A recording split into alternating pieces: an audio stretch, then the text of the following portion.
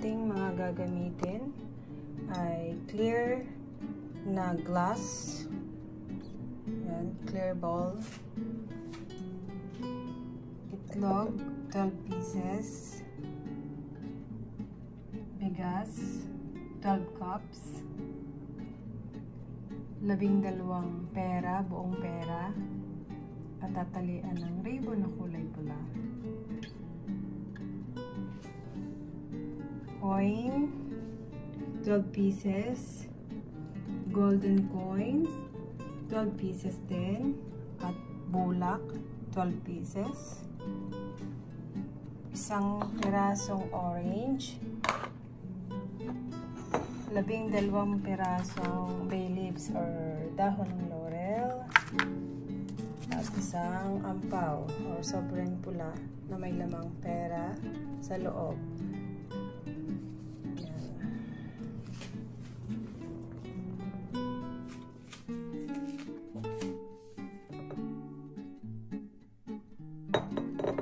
So, una nating ilalagay ang ating bulak na 12 piraso or 12 pieces sa ilalim ng ating clear glass bowl.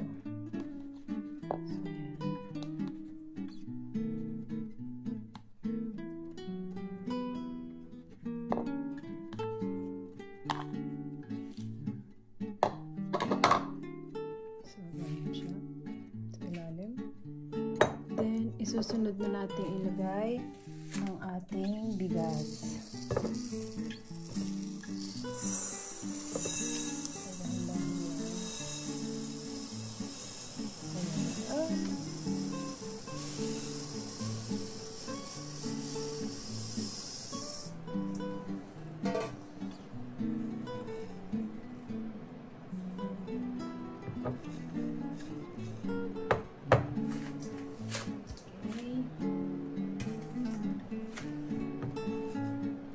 Ang sunod nating ilalagay ay ang itlog.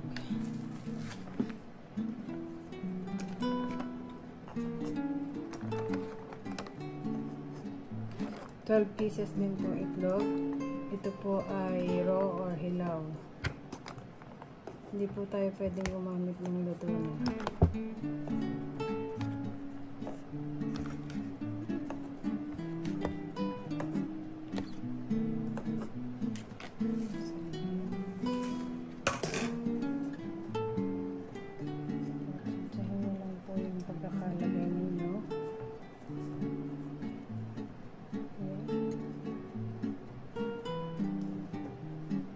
Ang sunod nating ilalagay ay ang ating golden coins.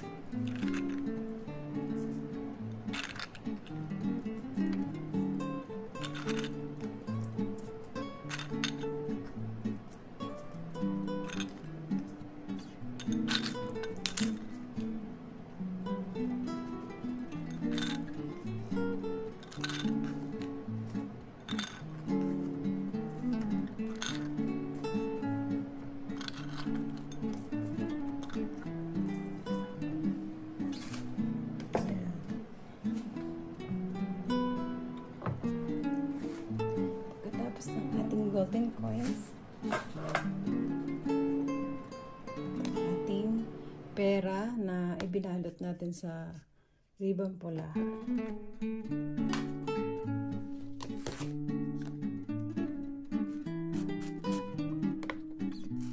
Tutusok niyo lang siyang patayo na kapakipot.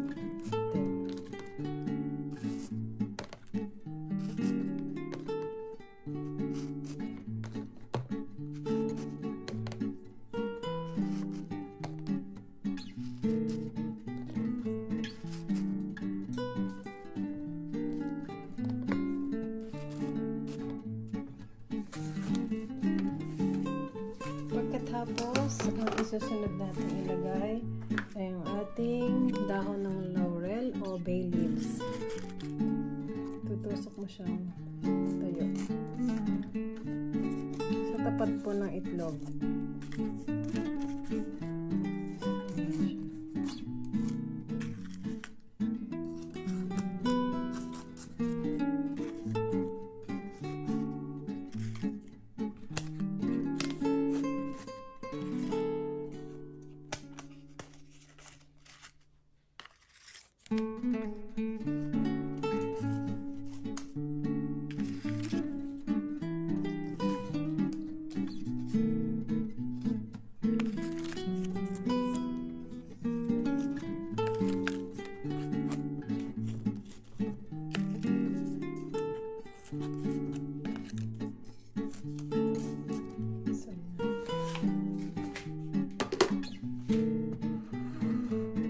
Tapos mong ilagay ang dahon ng laurel, so ilalagay mo naman ito coins o ang barya. So laging nakaharap ang tao.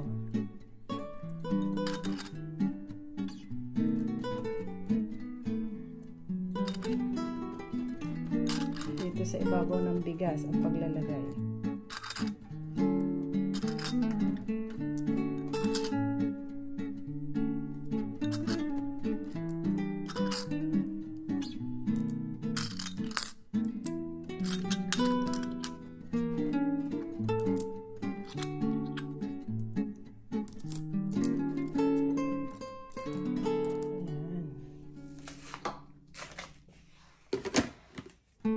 Ang sunod po nating ilalagay ay syempre itong ating orange.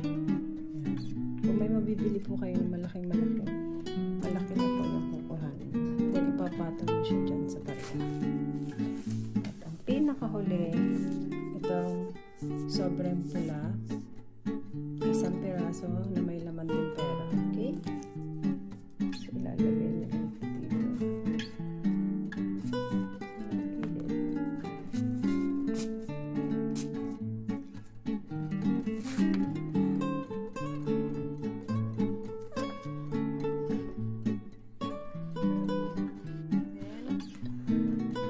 Ano naman ang gagawin natin pagkatapos natin ng bagong taon? Anong gagawin sa mga sangkap na inilagay natin sa bowl na to?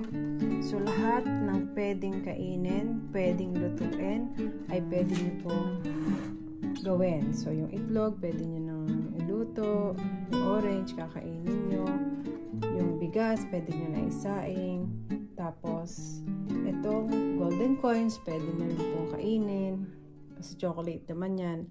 And lahat po ng dahon ng laurel ay ikikip nyo po. Lalagay nyo sa sobre. Pwede nyo siyang isama dito. Dito sa ginawa nyo sobre na to. Isasama nyo sa loob. At yung pera na nasa loob na yun ito, hanggat maaari, ay huwag nyo po siyang gagastusin. Hanggat kayang hindi magastos, huwag nyo pong gagastusin.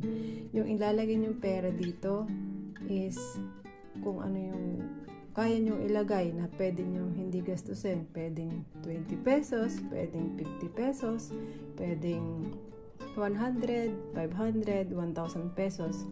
Pero dahil nandito ako sa Canada, so ang nilagay ko dito is $20. Yan. Kasi alam kong pwede kong hindi gastusin ng buong taon. So yan. And then, itong pera na to, na nakapaikot, pwede nyo rin po itong ikip kung kaya nyo ikip. Pero kung hindi, pwede naman nyo siyang ilagay na sa bangko. Ayan. Pwede nyo siyang i-deposit na ulit sa bangko. Tapos, yung perang barya, same thing po, ilalagay nyo rin dito sa sobrang pula, sama-sama sila. So, ikikip nyo siya sa buong taon hanggat maaari. So, ako kasi, ganyan talaga yung ginagawa ko buong taon. Hindi ko siya ginagastos. Ayan. Ayan, nasabi ko naman ang lahat. So, yan. Basta wala tayong sasayangin dito sa ating prosperity bowl na ginawa ito. Lahat ay dapat makain at may luto. Ayan. At saan ito ilalagay? So may mga nagtatanong kung saan ba dapat ito ilagay.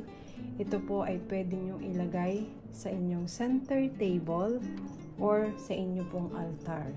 Huwag po dito sa pinaka-dining table na paglalagyan nyo ng mga prutas nyo, ng mga handa nyo. Hindi po siya pwede doon ilagay. Okay? Ayan. So yan lang po. Salamat po sa inyong panonood.